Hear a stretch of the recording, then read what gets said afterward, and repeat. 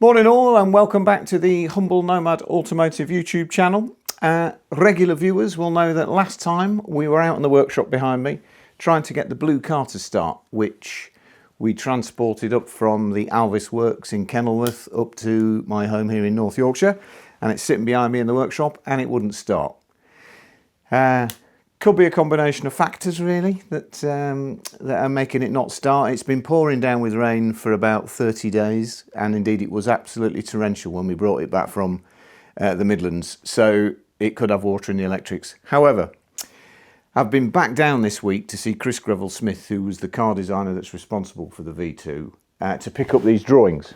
He has done drawings by hand in pencil for pretty much every component you can think of on the car, literally every component, the full chassis, every bracket on it, and so on and so forth. So I went to pick these up, more of that later.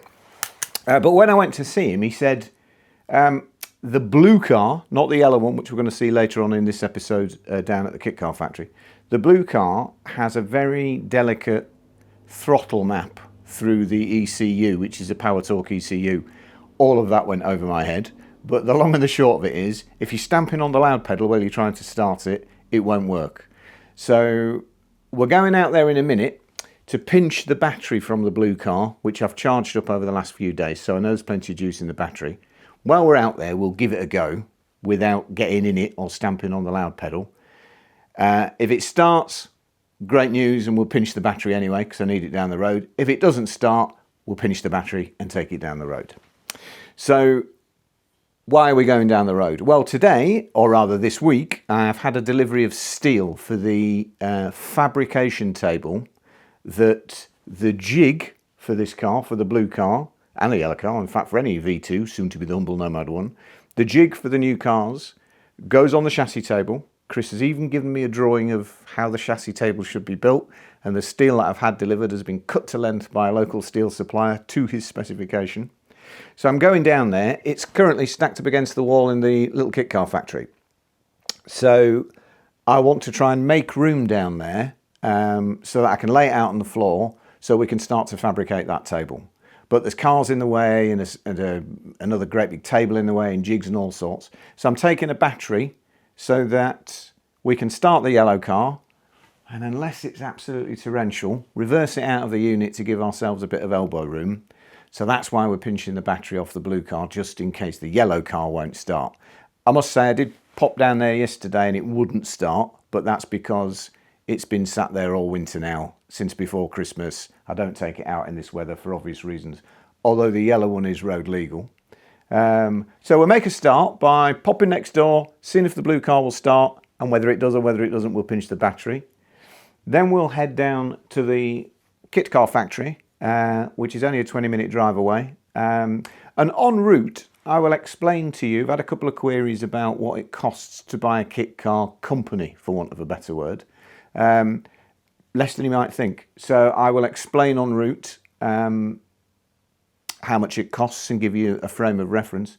And the second query I've had that we can tackle on the journey is how are we going to go motor racing? So what are my preferred options at the moment? And I've been doing a little bit of research this week into the various places we could go racing, one of which is the Clubman Sports Prototype Series, and the other is the 750 Motor Club Sports Special Series. I'll explain a little bit more about the pros and cons en route. So without further ado, let me take this camera and tripod setup into the workshop. We'll see if the blue car starts, and either way we'll pinch the battery.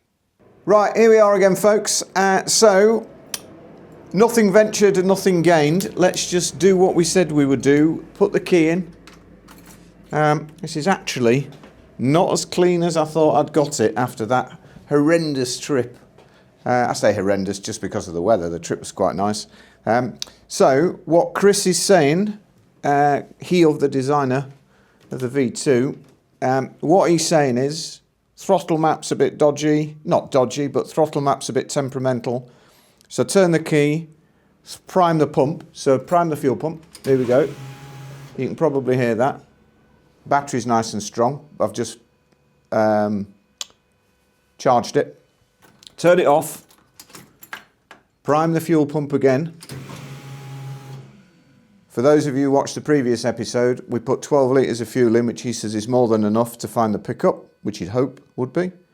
Don't mess with it, don't stamp on the loud pedal, give it a go.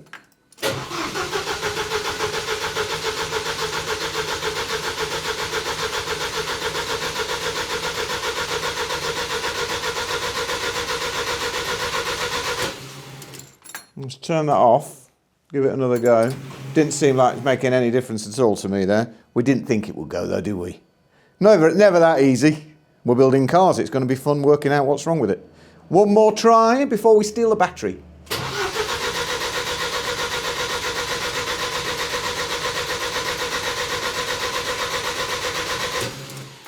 No, let's call it a day at that because we're going to bugger the battery. So let me turn you round and we'll whip the battery out. It travelled from the Midlands without the nose cone on, which is where the fuse box is. And I think for those of you who watched the last episode, as you turn the indicators and stuff on, the headlights flash. I think the electrics need some attention. So let's turn you round and you can have a quick, we'll whip the battery out. You can see where it's located and we'll take it down to the kit car factory to see if we can start the yellow one. Right folks, well we know there was plenty of juice in the battery because it's just turned over very well indeed. So I think these are different sizes. Yeah, let's do the negative off first. I think that's a 14 mil. And this battery is actually bigger than the battery on the, or is it the other way around? I think this battery is smaller than the battery on the yellow car because ever wanting to save weight, having built the yellow car, I think Chris realised that the battery on the yellow car's too big. I say too big, bigger than it needs to be. And so he's downsized it to a smaller one. So what does that mean for this? That means this is going to be smaller than the one down the road. Now I'm hoping that because that's a 2 litre and this is a 1.6, the level of power required to crank it is similar or the same and therefore shouldn't be a problem. However, we're about to find that out, aren't we? And there's a good chance that when we get down there, because I've put the battery on charge overnight, that we won't need this battery at all. But now that we know it's full of juice, I'm going to take it anyway. Now it looks he's also got a modern, or rather upgraded method of securing the battery. Let me grab a screwdriver. Talk amongst yourselves while I do that. Yeah, he's obviously just got some form of small aluminium strip along here. Here I come, I'm back again, which holds the battery in. I think it's tucked under this front panel, is it? Not sure. Anyway, we need to get it out if we're going to take it with us. So let's undo that. Couldn't be easier. In fact, almost too easy, he says. Paranoid about things coming apart. If we move that to the side, there we go. So the battery's free. So let's get this loaded into the MX-5. There's an opportunity to do a bit of cleaning in there. This car's obviously not going to go, so this is an episode for another day to get this running. I think we're off now to the kit car factory. Right, folks, we're on our way to the kit car factory. We've got the battery out of the blue car down here in the footwell. We are in the trusty MX-5 daily driver, which ultimately will become a hill climb car. That's the idea. But in our quest to understand how cars work and how they go together, I'm going to keep this as my daily driver and repair it whenever it needs anything. Anyway, there are 3 things I need to talk about en route. 3 things that sound like an episode of Blackadder. Do you remember that? There are 3 things you should know about the wise old woman. Number 1, she is wise. Number 2, she is a woman. Number 3, she is old. Anyway, sorry, digress. Yes, 3 things. Firstly, I mentioned and touched on the drawings back there, so I'll clarify what I'm going to do with those. The racing, how are we going to go motor racing, number 2. And number 3, I've had some questions about the cost of buying a kit car company. So in brief, I will tackle all three of those whilst we're en route to the kit car factory. And in fact, let's do it in reverse order. So number one, how much does it cost to buy a kit car company? In the way that I've bought the V2, soon to be called the Humble Nomad 1, from Chris Greville-Smith. Well, it was an acquisition I made, which is called an asset purchase rather than a share purchase. So Vortex Automotive, which is the business that Chris owns and I bought the concept from, still exists. In fact, you'll be unsurprised to hear he's got other projects on. So that business still exists. And I bought a number of assets from that business, which included the V2, the blue car, the yellow car, a sample chassis, the jigs, the moulds, the drawings, the intellectual property, etc. Why am I telling you all that? Well, I'm telling you all that because it partly answers the question, how much does it cost to buy a kit car company? Because I started looking for a kit car to build, and I guess like many people, when you think kit car, you think Lotus 7. When you think Lotus 7, you think Caterham. So I started by looking at the Caterham website and the cars and kits they have available. Now, whilst I can't tell you what it costs to buy a kit car company, or rather, I can't tell you what I paid because that's confidential information, I can tell you that the amount of money I would have had to spend on a Caterham was more than I spent on buying the V2 project with its 2 cars, moulds, etc. So the mathematicians amongst you can get on the internet and have a look at what a Caterham costs, and you can answer your own question. Number 2, second thing on the list, was motor racing. So yes, the whole point of this channel ultimately is we want to go and race at Le Mans, however that looks and however unrealistic that might seem now, and it's a 10-year plan. So we need to work out how to go motor racing, something I've never done before. I think I've said in previous videos I've done a bit of track day. I've done a few track days on a motorbike, but never 4 wheels on a track, and certainly never been motor racing against others. So I've been looking at the sort of racing that might be appropriate for someone like us, or for someone like me, who wants to ultimately race prototypes in an endurance race at Le Mans. And the 2 categories that stand out are the Clubman Sports prototypes, for obvious reasons, does what it says on the tin, but I'll explain the pros and cons of that in a minute. And the second is the 750 Motor Club Sport Specials Championship, both of which have got pros and cons. So starting with Clubman's, Clubman's are what's called a slicks and wings race register, where the cars are prototypes built from the ground up. There are, or have in the past been, a couple of factory outfits which build cars for other people, and I think Phantom Racing, which was once upon a time owned by Chris Greville-Smith, he of kit car fame, they still exist, and you can buy a turnkey racing car, Clubman racing car from them for in excess of 75 grand, but perhaps unsurprisingly they haven't sold any. And the other big brand, for want of a better word, in Clubman racing was Malak, and they no longer build and sell cars. So very much the guys that race in Clubman's are building these things either from old historic cars they've bought and are upgrading, or they've built them themselves from scratch in their garage. So it's very much prototype racing, which is the attraction. And they use slicks and wings. In other words, you're allowed aero, so diffusers, front wings, rear wings, etc. And you're allowed to race with slicks. So many race series don't allow you to do that. So they're attractive. The downside of Clubman racing is that they're front engine cars. So despite the fact they look like racing cars, very much like racing cars, and if I can work out how to do it, I'll put a clip of a Clubman car in here. I'll insert here a picture so you can see what I'm talking about. They are phenomenal, looking racing cars. They're 2-seater, which doesn't bother me, but they are front engine, which I'm not so keen on. And the second drawback is that the register itself, the Clubman's register, who run the series, they're quite averse to sort of flexible, their rules are quite strict, shall we say.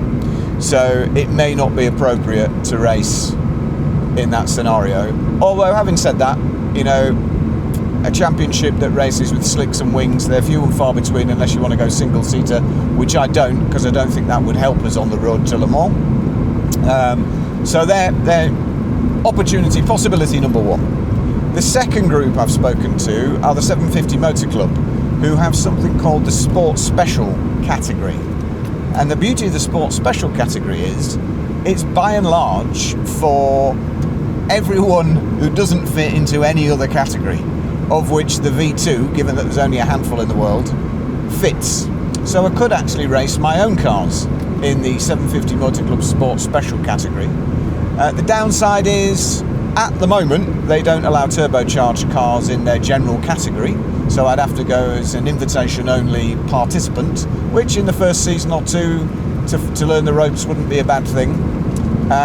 But they're very, very accommodating. And he said, look, if you can get a handful of people to build V2s, or Humble Nomad 1s when we rebrand it, and you bring 3 or 4 cars along to regular race meetings, you can have a category of your own, turbocharged or not.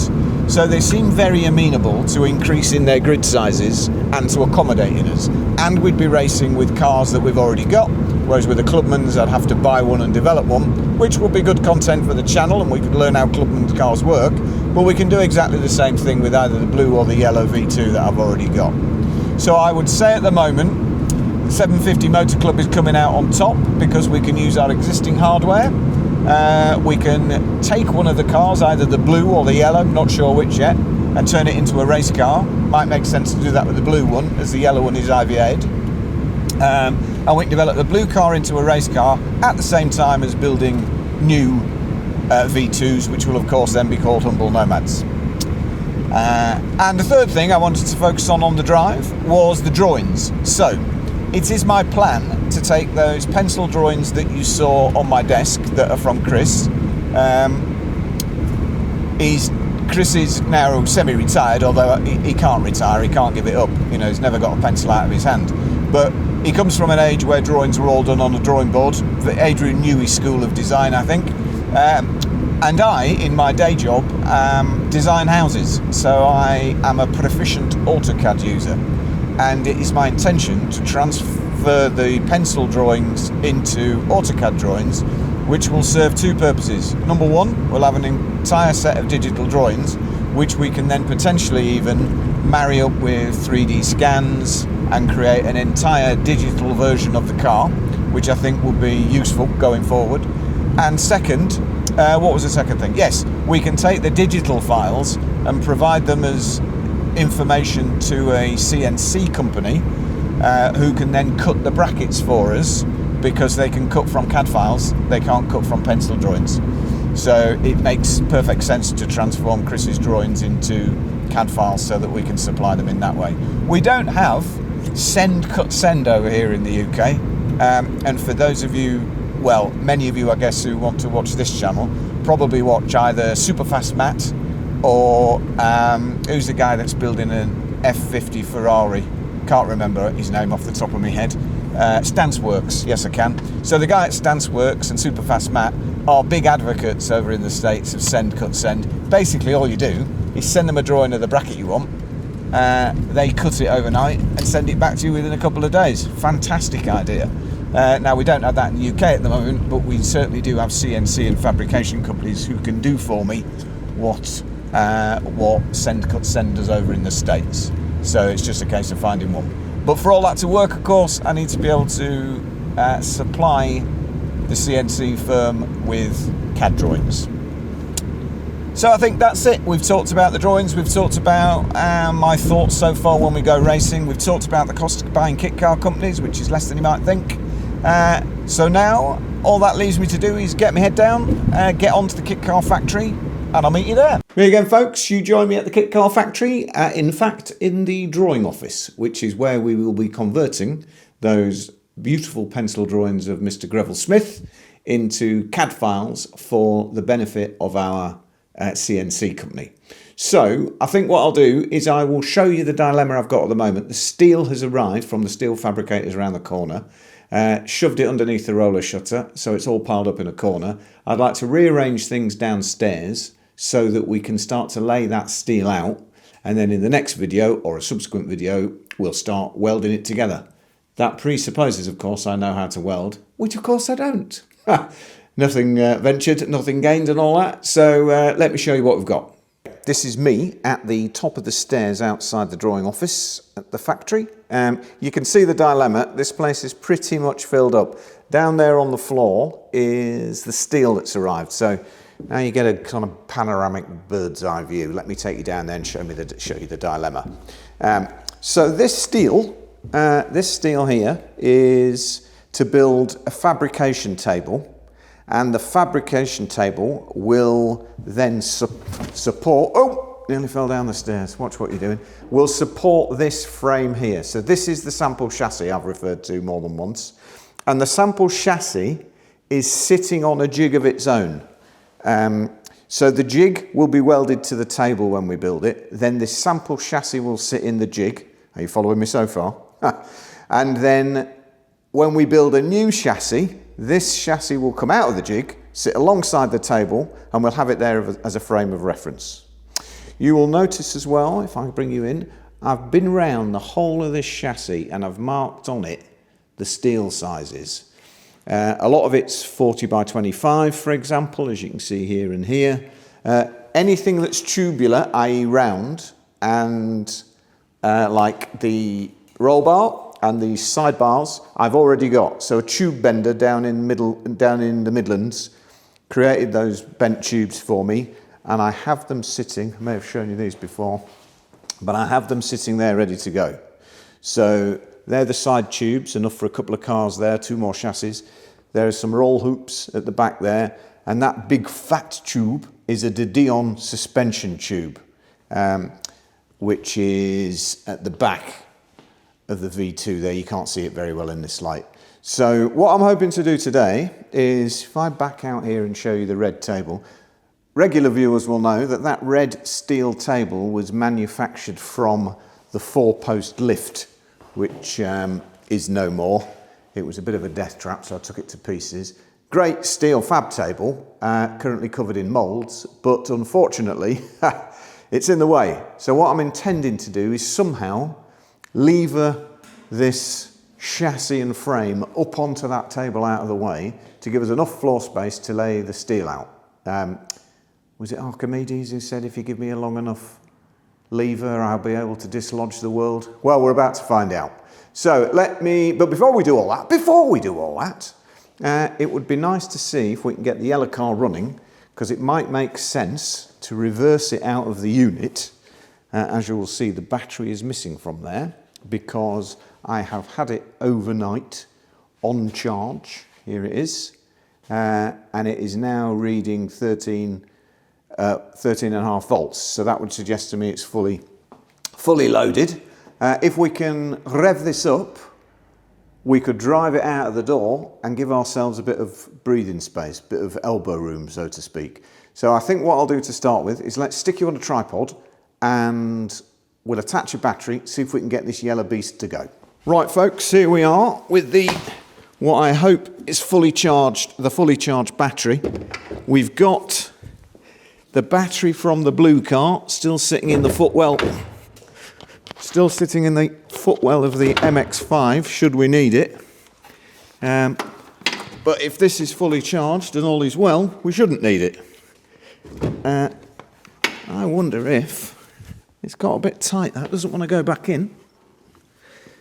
Am I doing something wrong? Let's have a look. It's backwards. That's what I'm doing wrong. Don't know why that would matter, but it obviously does. There we go. And we're in. So before attaching it to, before putting the stay back in rather, that attaches the battery to the frame, somebody's put a bit of anti-seize on that. I wonder who that could have been. Before I attach that, I'm going to tighten this up and make sure that we've solved the problem and the battery hasn't died a death on us. Because this could be coming out again, of course, if we need to use the battery that's in the car to get this yellow one started. I think this will be the first time that viewers will have seen a V2, the yellow one here, actually running. So it'd be nice for you to know that they're not just, that they do actually work. Okay, there's a quick release on the negative, which is here. So let me put this in. This is a bugger to get in, but persevere. I know it's gone straight in this time. That's always a bonus. Right. So the battery's in. Get rid of the dust and the leaves. The battery's in. Let me find the key, which hopefully I've brought with me, and we'll try and turn it over. Now, given the advice we got regarding the blue car, not to faff about and start stamping on the loud pedal, I'm going to try the same thing with this. So prime the fuel pump. Sounds good. Turn it off. Prime the fuel pump once more. Now let's see if it starts. Way! Cool.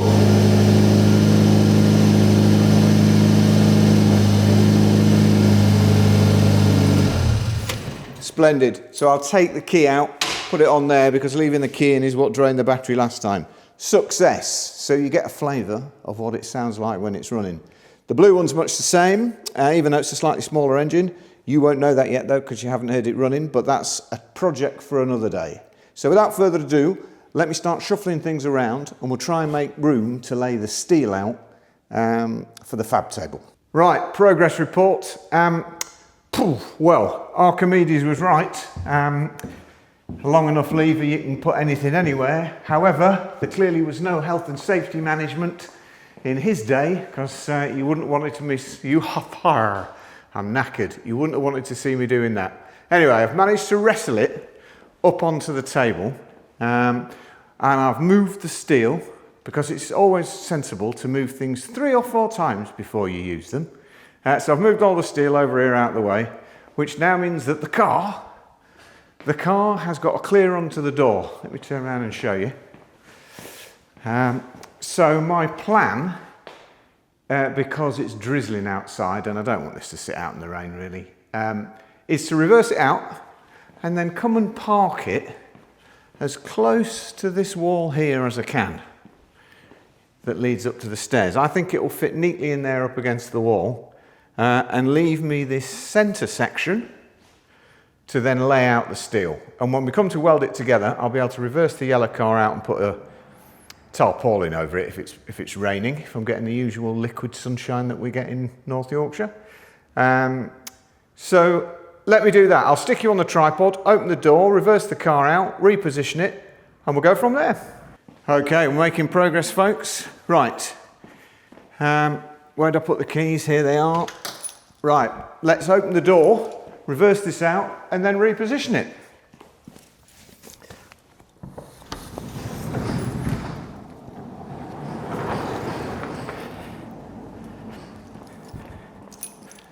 Fingers crossed we start this time with no worries. It was only 10 minutes ago we started it, so I shouldn't have any problems. Battery looks to be doing its thing. Here goes. We can't put a bit of mirror on the proceedings. Cool.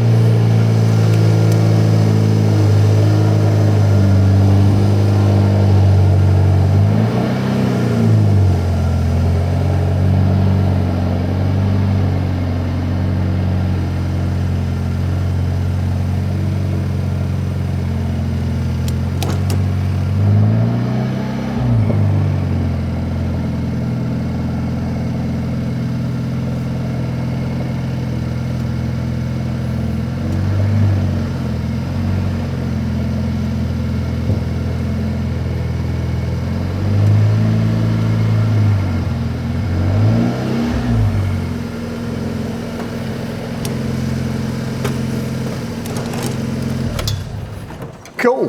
Hopefully that's left us enough room to fabricate a table. let's have a look, and we're inside the workshop, so we should be able to shut out the outside world. Job's a good one. So if I back this up to the door now, I think that gives us plenty of room down the middle to start to fabricate our table, or at least lay out the fabrication of our table, and that will bring the video to an end for today when we've done that. So without further ado, let me set you up on a proper tripod and we'll start to erect the table. Right, I've got you set up on the stairs, actually, on a mini tripod, which seems to give quite a good view of the workshop we'll be working in. Quite sensibly, there is an earth lead quick release on this battery. Job done. So I have, just as you've seen, released that so that hopefully we don't have to charge the battery next time. So onto the table. These are the length sections, as is probably obvious, and these were cut by the steel yard for me. So they are allegedly millimetre perfect, because the designer man says it has to be millimetre perfect. So it doesn't matter if the floor's not level, as long as when you measure up from the table is perfectly flat. So we use the table as a datum. They also cut these cross members for me, which again are allegedly bang on. So we need a bit more room. Let's come that way. If I lay this out, you'll be able to see, blimey, this is heavier. Heavier than you think. Scratching me nice grey floor. Hands and knees painted this for my art. Is it an art? I don't know. You know what I'm saying. Right, let's offer that up. So we've got that one there. Like that. Which means this one then comes into play here. Let's grab another cross section. We will of course be erecting this table upside down so you can get the flavour of how it works. It's going to be a fair old weight. And in fact, my designer man did say to me you won't need any cross bracing, and in fact, to be able to get underneath the table and weld from underneath is a benefit. So of course I took no notice of that, and I ordered, let me show you, I ordered a load of cross bracing, which I figured we could trim 45, just take 45 degrees off them, offer them up and put some bracing in sides and top. Anyway, enough of that. So that's the plan with those bits. There should be 2 more sections to go in the middle, which are where the bulkheads are positioned. So for example, here look, on the sample chassis there's a bulkhead there that runs behind the driver's and passenger seat and in line with the roll bar. So not spot on today, but broadly speaking then, the word on the street is that one cross member needs to go in there. I will of course have I've got a large square upstairs to help me set these out. And then here I guess is the front bulkhead where the pedals go through. Second health and safety faux pas. Didn't wear my steelies today. Need to get a grip here, don't we? So you're getting an idea. That's how we will start. I think that one's a bit pieced, but you get the idea. Then on top of that, I've had cut 6 legs. 1, 2. 1, 2. It's not 2 at all, it's 1. 1. Here's 2. I'm going to take that down in a mix. Don't want it falling against that. When some clumsy oaf comes in his trainers and wallops it. 2 for the other end. There and there. You're getting the idea now, I think. And then a final 2, although arguably they weren't necessary. For the middle, which goes roughly there and there, say.